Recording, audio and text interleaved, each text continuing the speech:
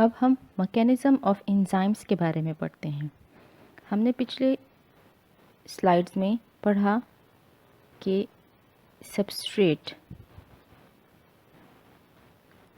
हमारे पास क्या होता है, वो सब्सटेंस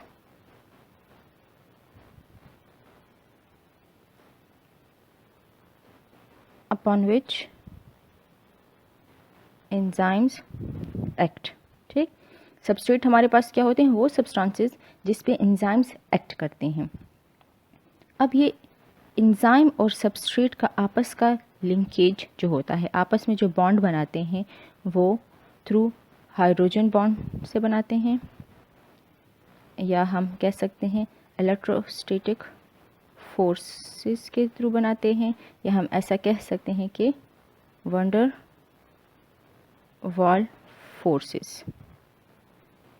ठीक, एंजाइम्स और सबस्ट्रेट के आपस का जो बॉन्ड है, आपस का जो लिंकेज है, वो थ्रू हाइड्रोजन बॉन्ड है, थ्रू इलेक्ट्रोस्टैटिक फोर्सेस के थ्रू है, थ्रू वंडर वाल फोर्सेस के थ्रू है। और ये तमाम फोर्सेस जो हैं हमारे पास क्या हैं, वीक फोर्सेस हैं। ठीक, ये तमाम फोर्सेस हमारे पास क्या हैं, वीक फोर्सेस हैं। तो ये वीक फोर्सेस हुए, तो इसके लिहाज से ये एंजाइम और सबस्ट्रेट का आपस का जो लिंकेज है वो भी हमारे पास क्या है, वीक है। जब इनके आपस का बॉन्ड वीक है तो इनका लिंकेज भी वीक ही है।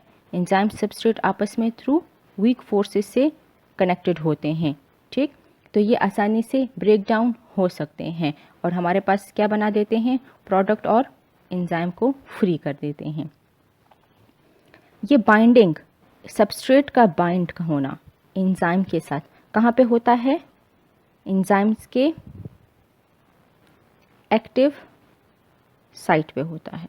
ठीक, एंजाइम का एक हमारे पास कौन सा साइट होता है, एक्टिव साइट होता है, जहाँ पे सबस्ट्रेट आकर लगता है। ठीक, सबस्ट्रेट आकर लगता है और एंजाइम सबस्ट्रेट कम्प्लेक्स बनाता है। अब इस मैकेनिज्म ऑफ एंजाइम से रिलेटेड, ठीक, मैकेनिज्म ऑफ एंजाइम से रिलेटेड या एंजाइम सबस्ट्रेट इंटरेक्शन, ठीक, एंजाइम सबस्ट्रेट इंटरेक्शन के लिहाज से हमारे पास दो मॉडल्स हैं। पहला वाला कौन सा है हमारे पास, लॉक एंड की मॉडल। दूसरा है हमारे पास इंड्यूस्ड फिट थ्योरी। ठीक, मैकेनिज्म ऑफ एंजाइम से रिलेटेड या एंजाइम सबस्ट्रेट इंटरेक्शन के लिहाज से हमारे पास टू मॉडल्स हैं, ये टू मैकेनिज्म्स हैं। एक को हम कहते हैं लॉक एंड की मॉडल, दूसरा है हमारे पास इंड्यूस फिट थ्योरी। अब इस दोनों मैकेनिज्म को या दोनों मॉडल्स को वन बाय वन डिस्कस करते हैं। अब मैकेनिज्म ऑफ एंजाइम में पहला है हमारे पास लॉक एंड की मॉडल। ठीक, lock and key model, lock and key model को प्रपोज्ड किया था कौन से साइंटिस्ट ने, इमाइल फिशर ने। इमाइल फिशर ने लॉक एंड की मॉडल को प्रपोज्ड किया था, बनाया था। कौन से ईयर में, इन 1898 में। 1898 में इमाइल फिशर ने लॉक एंड की मॉडल को प्रपोज्ड किया था, ठीक, बनाया था। इमाइल फिशर के हिसाब से इस लॉक की एंड मॉडल में एंजाइम जो है हमारे पास वो एज अ लॉक एक्ट करता है। ठीक, जबकि सबस्ट्रेट हमारे पास एज अ की एक्ट करता है।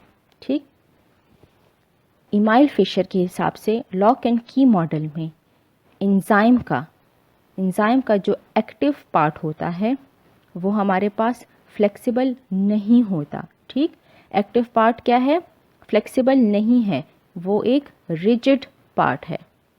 इमाइल फिशर ने कहा कि लॉक एंड की मॉडल में हमारे पास एंजाइम का जो एक्टिव पार्ट होता है वो फ्लेक्सिबल नहीं होता। फ्लेक्सिबल नहीं मतलब उसमें कोई लचक नहीं होता, वो चेंज नहीं हो सकता, वो जैसा है वैसा ही रहेगा। एक्टिव पार्ट हमारे पास क्या है, रिजिड है।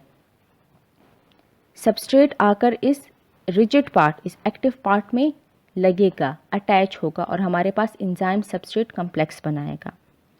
लॉक एंड की मॉडल के हिसाब से हर लॉक का अपना एक ख़ास की होता है और उससे ही वो लॉक खुलता है। ठीक, हर लॉक का अपना एक ख़ास की होता है। तो लॉक एंड की मॉडल के हिसाब से एंजाइम जो है वो हमारे पास एज अ लॉक एक्ट करता है, जिसका एक्टिव पार्ट जो है रिजिड है, तो उसका अपना एक ख़ास सबस्ट्रेट ही उसके साथ आकर अटैच होगा। वो सबस्ट्रेट एज अ की एक्ट करेगा। उस सबस्ट्रेट के अलावा कोई और सबस्ट्रेट उसके साथ अटैच नहीं हो सकता।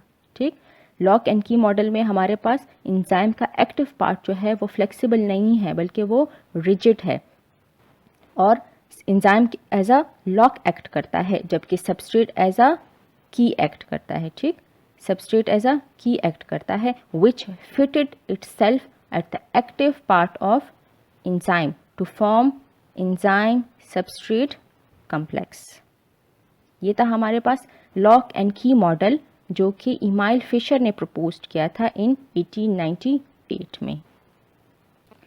मैकेनिज्म ऑफ एंजाइम में दूसरा मॉडल है हमारे पास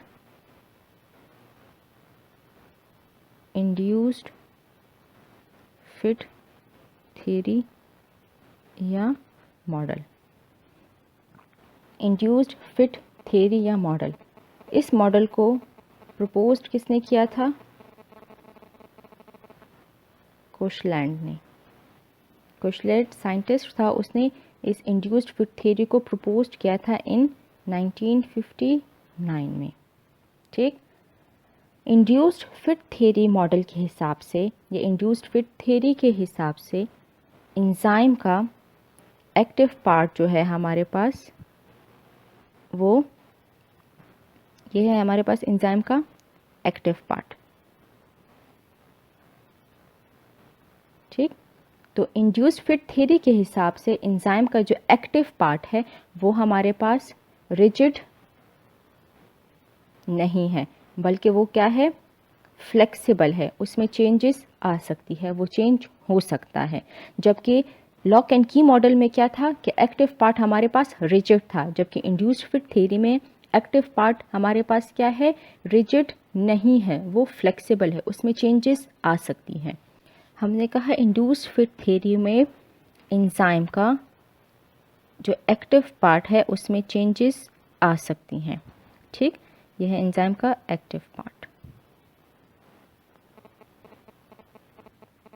वो फ्लेक्सिबल है, रिजिड नहीं है। और ये है हमारे पास सबस्ट्रेट।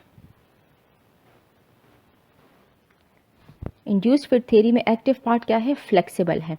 तो इस मॉडल के हिसाब से एक्टिव पार्ट में चेंजेस हो सकती हैं, या तो इस सबस्ट्रेट की मौजूदगी में एंजाइम के एक्टिव पार्ट में चेंजेस आ जाएंगी और चेंजेस की वजह से एंजाइम सबस्ट्रेट आपस में कॉम्प्लेक्स बना लेगा, या तो सबस्ट्रेट की मौजूदगी में एक्टिव पार्ट में एंजाइम के एक्टिव पार्ट में चेंजेस आ जाएंगी और एंजाइम सबस्ट्रेट कॉम्प्लेक्स बना लेगा, या तो एंजाइम की मौजूदगी में सबस्ट्रेट का स्ट्रक्चर चेंज हो जाएगा, सबस्ट्रेट में कन्फॉर्मेशनल चेंजेस आ जाएंगी और एंजाइम सबस्ट्रेट कॉम्प्लेक्स बना लेगा। इन दोनों चेंजेस की वजह से एंजाइम और सबस्ट्रेट आपस में बॉन्ड बना सकेंगे, कैटालिटिक एक्टिविटी बहुत बेहतर तरीके से हो सकेंगी, परफॉर्म कर सकेंगे। हमने कहा इंड्यूस्ड फिट थ्योरी में क्या होता है, एक्टिव पार्ट हमारे पास फ्लेक्सिबल होता है, उसमें चेंजेस आ सकती हैं, रिजिड नहीं है। तो इस थ्योरी में दो पॉसिबिलिटीज़ हैं, या तो एंजाइम की मौजूदगी में सबस्ट्रेट में चेंजेस आ जाएंगी और सबस्ट्रेट अपना शेप थोड़ा चेंज कर लेगा और एंजाइम सबस्ट्रेट कॉम्प्लेक्स आपस में बना लेगा, या तो सबस्ट्रेट में चेंज आ जाएगा या सबस्ट्रेट की मौजूदगी में एंजाइम के एक्टिव पार्ट में चेंजेस आ जाएंगी और अपना शेप चेंज कर लेगा और एंजाइम सबस्ट्रेट आपस में कॉम्प्लेक्स बना लेगा और फर्दर रिएक्शन प्रोसीड हो।